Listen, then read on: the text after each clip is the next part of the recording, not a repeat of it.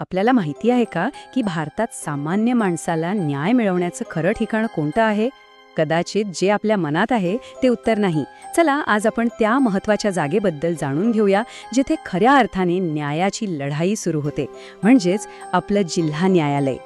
बरं, न्यायालय हा शब्द ऐकल्यावर आपल्या डोळ्यासमोर काय येतं? दिल्लीचं ते भव्य सर्वोच्च न्यायालय किंवा आपल्या राज्याचं उच्च न्यायालय, हो ना? बहुतेकदा आपण असाच विचार करतो. पण गंमत अशी आहे की सामान्य माणसाची न्यायासाठीची खरी लढाई ती एका वेगळ्याच ठिकाणी लढली जाते. आणि आपण ती उत्तर शोधण्याआधी एक छोटीशी गोष्ट. आपली न्यायव्यवस्था समजून घेणं हे प्रत्येक नागरिकासाठी महत्त्वाचं आहे. असं जर आपल्याला वाटत असेल तर एक लाईक आणि सबस्क्राईब नक्की करा. यामुळे हे ज्ञान जास्तीत जास्त लोकांपर्यंत पोहोचायला खूप मदत होते. तर उत्तर आहे जिल्हा न्यायालय. हो, अगदी बरोबर. हेच ते ठिकाण आहे जे सामान्य माणसासाठी न्यायाचं पहिलं आणि सर्वात महत्त्वाचं मंदिर आहे. रोजच्या न्यायाच्या कामाची सुरुवात खरं तर इथूनच होते. पण हे सगळं ऐकायला ठीक आहे. याचा खरा अर्थ काय, या न्यायालयांची ताकद काय आहे हे समजून घेण्यासाठी चला एका सामान्य स्त्रीची, रमाबाईंची गोष्ट ऐकूया आणि बघूया की जिल्हा न्यायालय त्यांच्यासाठी आशेचा एकमेव किरण कसं ठरलं. विचार करा, रमाबाई एक वृद्ध महिला.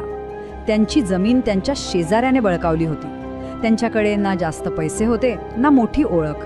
त्या सरळ गेल्या जिल्हा न्यायालयात. तिथे त्यांना कायदेशीर मदत मिळाली, वकील मिळाला आणि त्यांची लढाई सुरू झाली. तब्बल 3 वर्षांच्या संघर्षानंतर निकाल लागला. रमाबाईंना त्यांची जमीन परत मिळाली. रमाबाईंची ही एकच गोष्ट आपल्याला खूप काही सांगून जाते, नाही का? जिल्हा न्यायालय म्हणजे काहीतरी खूप दूरची, भीतीदायक जागा नाहीये.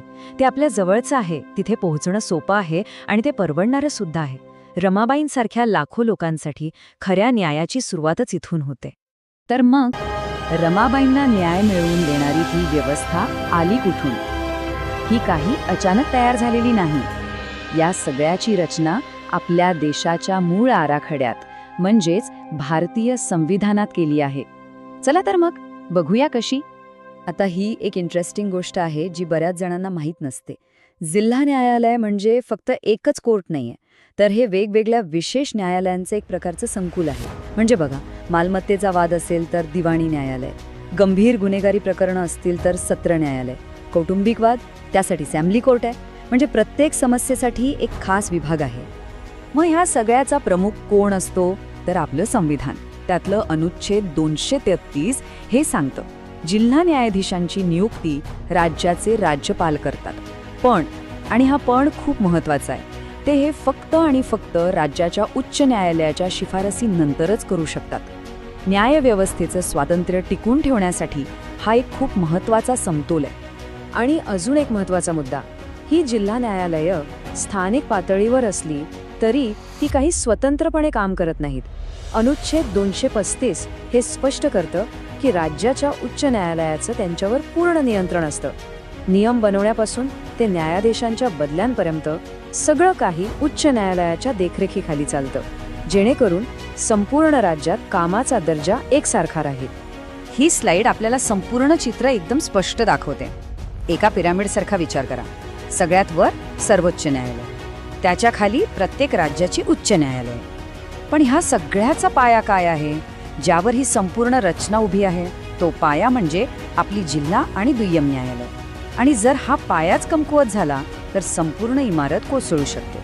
कागदावर तर ही व्यवस्था एकदम चोख दिसते, पण प्रत्यक्षात ती एका खूप मोठ्या संकटाचा सामना करत आहे. एक असं आव्हान जे खुद्द न्यायाच्या संकल्पनेलाच धोक्यात आणते. ते आव्हान म्हणजे प्रलंबित खटल्यांचा महापूर. जरा या आकड्याकडे बघा आणि एक क्षण थांबा. सध्या आपल्या भारतीय न्यायालयांमध्ये 4 कोटीपेक्षा जास्त खटले पडून आहेत. हो, आकडा बरोबर ऐकला, 4 कोटी. हा फक्त एक आकडा नाहीये, हा आपल्या न्यायव्यवस्थेवर किती प्रचंड ताण आहे हे दाखवतोय. आणि जर तो आकडा धक्कादायक असेल तर हे बघा, या 4 कोटी प्रकरणांपैकी तब्बल 90% प्रकरणं कुठे अडकलीत माहितीये? त्याच ठिकाणी जिथून आपण सुरुवात केली होती, जिल्हा आणि दुय्यम न्यायालयांमध्ये. म्हणजे विचार करा, भारताच्या न्यायाचा जवळजवळ सगळा भार याच स्थानिक न्यायालयांच्या खांद्यावर आहे. आणि ही काही आजची समस्या नाहीये, खुद्द सर्वोच्च न्यायालयाने सुद्धा हे ओळखलंय. अगदी 1993 साली एका महत्त्वाच्या खटल्यात न्यायालयाने जिल्हा न्यायाधीशांसाठी चांगल्या सेवा शर्तींचे आदेश दिले होते. कारण ते न्यायव्यवस्थेचा कणा आहेत हे सर्वोच्च न्यायालयाने मान्य केलं होतं. पण समस्या अजूनही तशीच आहे. तर मग या सगळ्याचा अर्थ काय? यातून आपण काय शिकायला हवं? भारताच्या भविष्यासाठी मजबूत स्थानिक न्यायालय असणं इतकं गरजेचं काय? चला थोडक्यात महत्त्वाचे मुद्दे पुन्हा पाहूया. 1.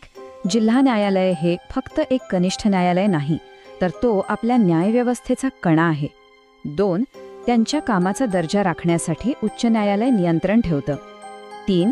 न्यायाधीशांची नियुक्ती ही एक पारदर्शक आणि संयुक्त प्रक्रिया आहे. आणि 4. सगळ्यात महत्त्वाचं, प्रलंबित खटल्यांचा डोंगर हाच या संपूर्ण व्यवस्थेपुढचा सर्वात मोठा धोका आहे. म्हणून या सगळ्या विश्लेषणाचा मुख्य संदेश अगदी सोपा पण खूप महत्त्वाचा आहे. जर आपल्याला सर्वांसाठी न्याय हे वचन खरं करायचं असेल तर त्याचा मार्ग आपल्या जिल्हा न्यायालयांना मजबूत करण्यामधूनच जातो. मजबूत स्थानिक न्यायालय म्हणजेच मजबूत भारत आणि जलद न्याय. आणि जाता जाता मी एक प्रश्न आपल्या सर्वांसाठी सोडून जातो.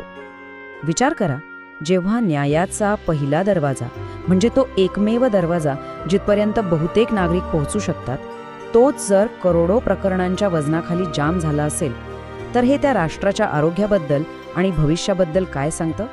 जर आपल्याला हे विश्लेषण माहितीपूर्ण वाटलं असेल तर ते नक्की शेअर करा. आपल्या देशात न्याय खऱ्या अर्थाने कसं काम करतो हे प्रत्येक नागरिकाला समजायलाच हवं. हे फक्त मनोरंजन नाही, तर आपलं नागरिक म्हणून कर्तव्य आहे.